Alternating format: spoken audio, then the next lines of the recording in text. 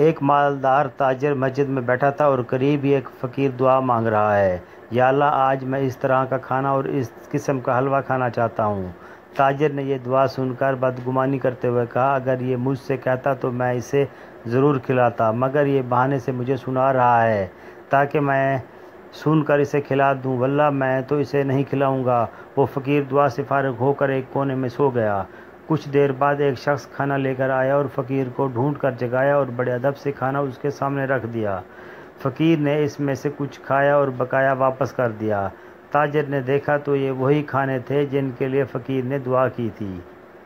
تاجر نے کھانا لانے والے کو اللہ کا واسطہ دے کر پوچھا، کیا تم انہیں پہلے سے جانتے ہو؟ جواب ملا، ہرگز نہیں، میں ایک مزدور ہوں، میری زوجہ اور بیٹی سال بھر سے ان کھانوں کی خواہش رکھتی تھیں مگر مہیا نہیں ہو پائے تھے۔ آج مجھے مزدوری میں ایک مسکال یعنی 4.5 ماشے سونے ملا تو میں نے اس سے گوشت وغیرہ خریدا اور گھر لے آیا۔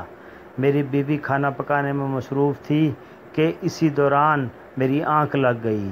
آنکھیں تو کیا سوئیں، قسمت جاگ اٹھی۔ مجھے خواب آیا کہ آج تمہارے علاقے میں ایک مسافر آیا ہوا ہے، اس کا قیام مسجد میں ہے، جو کھانے تم نے اپنی بیوی بچوں کے لیے تیار کروائے ہیں ان کھانوں کی اسے بھی خواہش ہے، اس کے پاس لے جاؤ، وہ اپنی خواہش کے مطابق کھا کر واپس کر دے گا۔ نیند سے اٹھ کر میں نے حکم کی تعمیل کی جس کو تم نے بھی دیکھا۔ تاجر کہنے لگا، میں نے ان کو انہی کھانوں کے لیے دعا مانگتے سنا تھا، تم نے ان کھانوں پر کتنی رقم خرچ کی؟ اس شخص نے جواب دیا، مسکال بھر سونا۔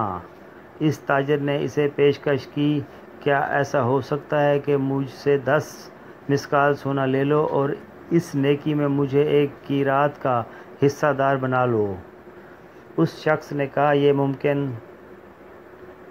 یہ ناممکن ہے۔ تاجر نے کہا، اچھا میں تجھے 20 مسکال سونے دے دیتا ہوں۔ وہ شخص انکار کرتا رہا حتیٰ کہ اس تاجر نے سونے کی مقدار بڑھا کر 50 پھر 100 مسکال کر دی، مگر وہ شخص اپنے انکار پر ڈٹا رہا اور کہنے لگا، واللہ اگر تو اس کے بدلے ساری دنیا کی دولت بھی دے دے پھر بھی میں اسے فروخت نہیں کروں گا۔